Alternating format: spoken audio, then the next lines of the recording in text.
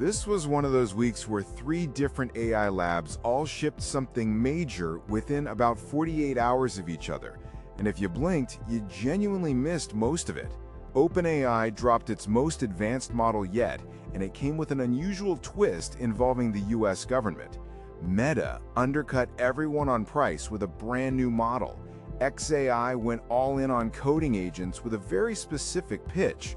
And quietly, in the background, an entire government just banned AI companions outright before a hard deadline this month. So let's go story by story. What actually happened, why it matters beyond the headline, and which of these you should genuinely care about if you're not glued to tech Twitter every single hour of the day. No hype, just what's real and what it actually changes for you. Story 1. OpenAI finally shipped GPT-5.6 this past Thursday. And it wasn't a simple, clean launch. According to Reuters, the release had actually been delayed after the US government raised national security concerns about how powerful the model is. That's a genuinely notable shift in how this entire industry has worked so far. We're used to AI companies racing each other on a pure product timeline. This is one of the first times we've seen a government step in and directly slow one of them down before it even shipped to the public. OpenAI is calling GPT 5.6 its most advanced model to date, positioned specifically for enterprise and reasoning-heavy workloads.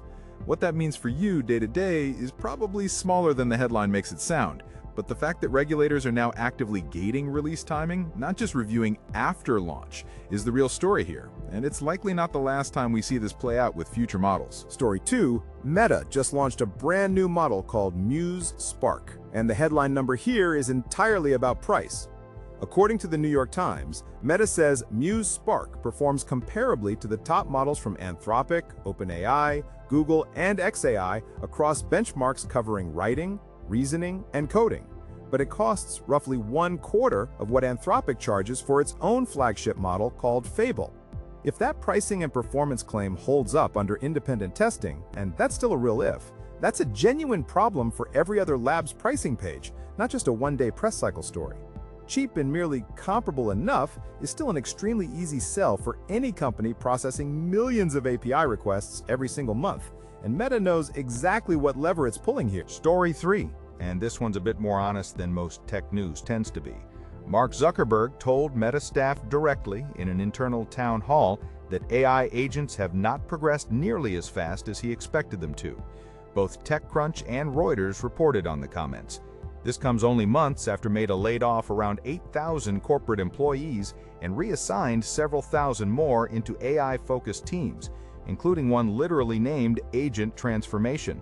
So even the company betting billions of dollars specifically on autonomous agents is quietly admitting internally that the technology isn't moving nearly as fast in practice as it looks in a slick 30-second demo clip.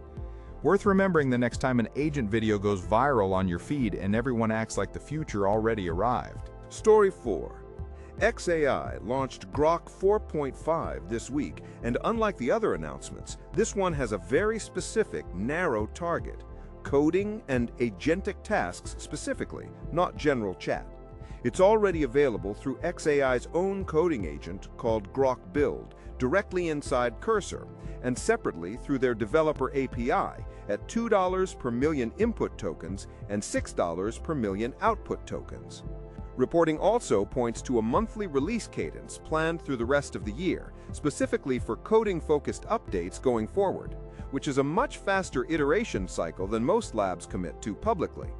If you're a developer picking tools this week, this is genuinely the one worth testing hands-on, not just reading a press release about. Story 5 is the one most people scrolled straight past.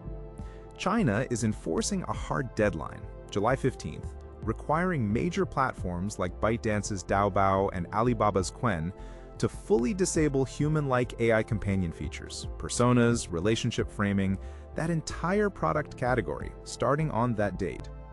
Meanwhile, Western labs currently face no equivalent restriction on Claude's personality, ChatGPT's memory features, or Grok's voice mode personality. That's a genuinely different regulatory philosophy playing out in real time, right now, between two of the largest AI markets on the planet. it's going to directly shape which products even get built for each region over the next year. And it's a policy gap most Western coverage barely mentioned this week. And a smaller but related story worth a quick mention. Multiple outlets tracking July's model releases described the month as one of the busiest release cycles yet, with OpenAI also quietly shipping an updated checkpoint for its compact reasoning model, O4 Mini, improving multi-step math performance and reducing hallucination rates on longer reasoning chains. It's a smaller headline than GPT-5.6, but if you're building anything reasoning heavy on a budget, that specific update is arguably more relevant to your actual workflow than the flagship model announcement everyone's talking about. One more number worth knowing before we wrap up? Nvidia, the company that's basically been the face of the entire AI boom, just lost roughly $1 trillion in market value in under 2 months, according to the Los Angeles Times. Its stock is now trading at levels not seen since before the AI boom really kicked off, and it's up only about 5.6% for the year, badly trailing both the S&P 500 and the NASDAQ 100.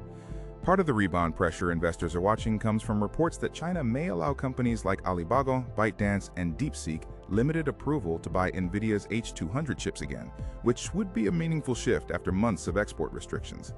The takeaway isn't that AI is somehow failing, it's that the market is finally starting to separate genuine long-term AI infrastructure demand from pure hype pricing, and that correction was probably overdue. So what's the actual pattern underneath all 7 of these stories this week?